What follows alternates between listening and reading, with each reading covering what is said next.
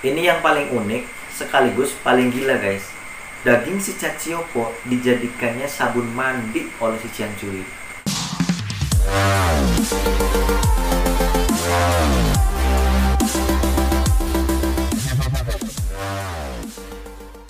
Assalamualaikum warahmatullahi wabarakatuh. Welcome back to my channel. Kembali lagi dengan saya di Erisu Channel. Dan terima kasih sekali kalian telah klik video ini. Oke, seperti biasa saya akan menceritakan cerita yang saya anggap seram. Doakan saya juga semoga saya bisa upload video secara rutin ya. Oke, langsung saja. Oke guys, kita semua pastinya setuju bahwa seorang ibu adalah sosok paling penyayang di dalam keluarganya. Tapi bagaimana kalau seorang ibu dalam melindungi anaknya terkesan kejam dan tidak berperi kemanusiaan? Sosok inilah yang kali ini akan saya ceritakan, yaitu Leonarda Cianciulli. Leonarda Cianciulli lahir pada tanggal 18 April 1894 di Montella Avellino, Italia. Dan si Cianciulli ini adalah anak yang terlahir dari hasil pemerkosaan guys. Ibunya yang bernama Emilia dipaksa untuk menikahi si pemerkosanya, yaitu Mariano Cianciulli, setelah berita kehamilannya itu tersebar guys ke masyarakat luas. Cianciulli ini dilahirkan di keluarga miskin. Pada awal abad ke-20, Leonarda Cianciulli ini kehilangan bapaknya guys, atau bapaknya itu telah meninggal dunia. Nggak lama kemudian, ibunya menikah lagi nih. Tapi nggak membuat kondisi keuangan keluarganya itu meningkat. Tetap sama aja guys, masih susah. Si Cianciulli ini kerap sekali disiksa oleh ibunya, sehingga pada masa kecilnya dia pernah melakukan percobaan bunuh diri sebanyak 2 kali. Setelah beranjak dewasa, Leonarda Cianciulli ini dipaksa oleh ibunya untuk menikah dengan seorang pria kaya. Tujuannya untuk memperbaiki kondisi keuangan keluarganya. Tapi, si Cianciulli ini nggak mau guys. Malah dia milih menikah dengan seorang petugas kantor pencatatan yang bernama Raffaele Pansardi. Dan usianya itu jauh lebih tua dibandingkan dirinya guys. Aneh nggak? Pakai ajian apa dia? Karena nggak dapat restu dari orang tua, Cianciulli ini merasa ibunya telah mengutuk pernikahannya guys. Walau nggak masuk akal nih ya, tapi si Cianciulli ini merasakan bahwa hidupnya itu penuh dengan kesengsaraan. Pada tahun 1921, Cianciulli dan suaminya pindah ke kota Loria. Karena sejak awal dia sudah mengalami kesulitan ekonomi, akhirnya si Cianciulli pun ikut bekerja untuk memenuhi kebutuhan keluarganya guys. Pada tahun 1927, Leonarda Cianciulli ini pernah ditangkap guys karena kasus penipuan dan akhirnya dia harus dipenjara nih. Dan setelah bebas, Leonarda Cianciulli dan suaminya pindah lagi nih ke kota Lacedonia Avellino, Italia. Berharap dengan pindah tempat kehidupannya akan lebih baik. Tapi harapan tidak sesuai dengan kenyataan guys. Rumah keduanya malah hancur diterka gempa bumi saat itu pada tahun 1930. Gak lama kemudian, Cianciulli dan suaminya pindah lagi nih guys ke kota Correggio, Provinsi Reggio Emilia, Italia. Nah, di sini mereka mulai mengalami peningkatan keuangan nih guys. Cianciulli mulai membuka sebuah toko sabun. Setelah bertahun-tahun, Leonarda Cianciulli telah mengalami 17 kali kehamilan guys. 3 anaknya keguguran dan 10 anaknya meninggal dunia di saat masih kecil guys. Tersisa 4 anak, Leonarda Cianciulli begitu overprotective kepada 4 anaknya itu guys. Maklum, karena takut kehilangan anak-anaknya lagi. Apalagi Leonarda Cianciulli ini sangat mempercayai tahayul guys, seperti ramalan, astrologi, dan pembacaan garis tangan. Dulu, Leonarda Cianciulli pernah datang ke seorang peramal guys. Peramal itu mengatakan bahwasanya kalau si Cianciulli ini punya anak, semua anaknya akan meninggal di usia muda guys. Cianciulli pun pernah datang ke peramal lain guys. Dan peramal itu mengatakan bahwasanya dia melihat penjara di tangan kanan si Cianciulli dan rumah sakit jiwa di tangan kirinya. Pada tahun 1939, Perang Dunia terjadi guys. Dan Italia yang dipimpin oleh fasis Benito Mussolini berusaha memasuki perang di sisi Jerman. Mereka mulai melakukan perekrutan terhadap anak-anak muda di Italia untuk menjadi bagian dari militer. Kemudian, Giuseppe Pansardi, anak tertua Leonardo Cianciulli ini ditunjuk untuk menjadi bagian dari Angkatan Darat Italia, guys.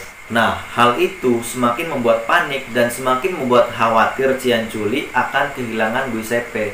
Karena si Giuseppe Pansardi ini adalah anak kesayangannya. Karena sejak awal pikiran si Cianciulli ini emang udah nggak beres nih ya, guys. Jadi dia berpikir seperti ini, guys. Salah satu cara untuk menyelamatkan anaknya dari peperangan yaitu dengan mengorbankan manusia.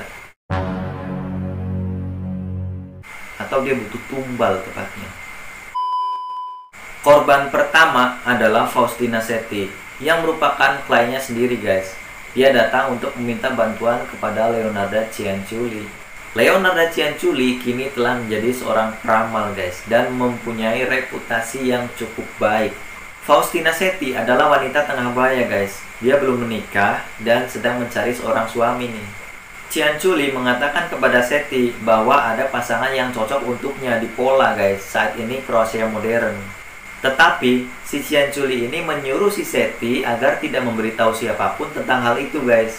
Si Setti ini disuruh untuk menulis surat dan kartu pos yang dapat dikirimkan kepada kerabatnya setelah dirinya sampai di Pola nanti, guys. Pada hari keberangkatannya, si Setti ini datang ke rumah Cianciulli untuk berpamitan. Kemudian, si Cianciulli ini menyuguhkan minuman anggur, guys. Ternyata minuman itu sudah dicampuri racun. Sehingga setelah diminum, si Setti ini pingsan. Gak lama kemudian, si Cianciulli ini membunuh si Setti, guys, dengan menggunakan kampak. Kemudian, tubuhnya dipotong menjadi 9 bagian. Dan darahnya itu ditampung di sebuah baskom. Potongan tubuh si Setti ini dimasukkan ke dalam panci, guys, dan ditambahkan 7 kilo kaustik. Kemudian diaduk-aduk sampai berubah menjadi bubur, warnanya gelap dan kental. Kemudian si Cianciulli menuangkan ke beberapa ember, guys, lalu dibuang ke tangki septik terdekat atau septic tank terdekat. Darah yang ada di baskom dibiarkan mengental sebelum ditambahkan tepung, gula, susu, coklat, dan margarin untuk dijadikan kue. Setelah kuenya jadi, kuenya itu dibagikan ke tetangganya, guys, ke orang-orang. Dan sebagian kuenya dimakan oleh dirinya sendiri dan keluarganya.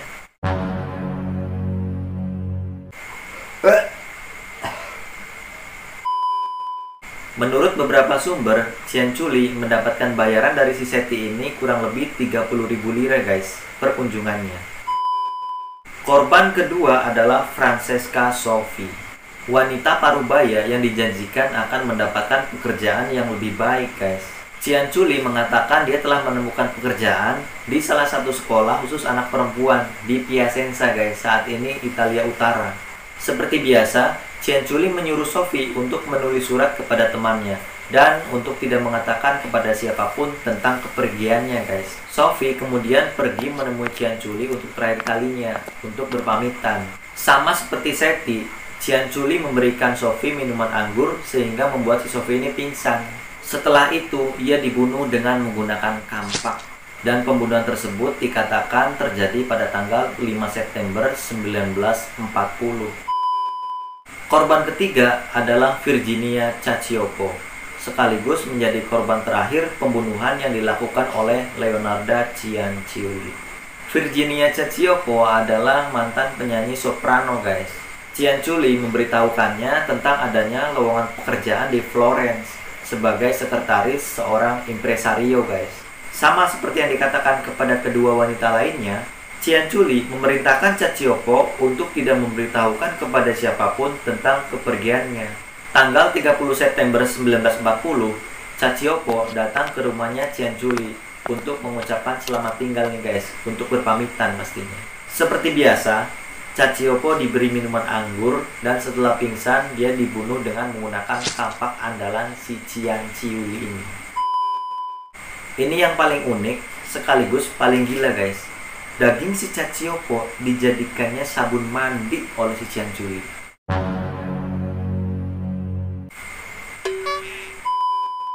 Pembunuhan ini terungkap setelah saudara ipar Cacioppo ini curiga, guys, atas kehilangan si Cacioppo ini secara tiba-tiba. Kemudian melapor kepada pihak berwenang bahwa dia melihat terakhir kali si Shachiopo itu memasuki rumah si Cianculli. Nah, Cianculli pun ditangkap nih guys.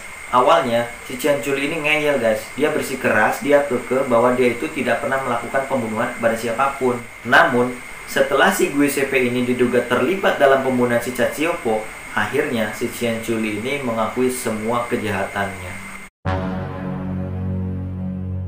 Tahun 1946, pengadilan menyatakan bahwa si Cianculli ini bersalah guys, karena telah melakukan 3 pembunuhan. Akhirnya, si Cianculli ini dijatuhi hukuman penjara selama 30 tahun. Cianculli juga diperintahkan untuk menghabiskan 3 tahunnya di rumah sakit jiwa guys. Pada tanggal 15 Oktober 1970, pada usia ke-70 tahun, si Leonardo Cianculli ini meninggal dunia guys. Dia meninggal di rumah tahanan wanita di Pozzuoli akibat menderita penyakit pitam otak atau perdarahan pada otak yang cukup lama. Beberapa barang yang digunakan saat membunuh, seperti kampak, baskom, sekarang ditampilkan di Museum Kriminologi di Roma, Italia guys. Jadi guys, kalau kalian main ke Roma, silakan mampir ke Museum Kriminologi, biar kalian itu bisa melihat langsung barang-barang yang digunakan oleh si Cianculli ini untuk melakukan pembunuhan kepada korbannya guys.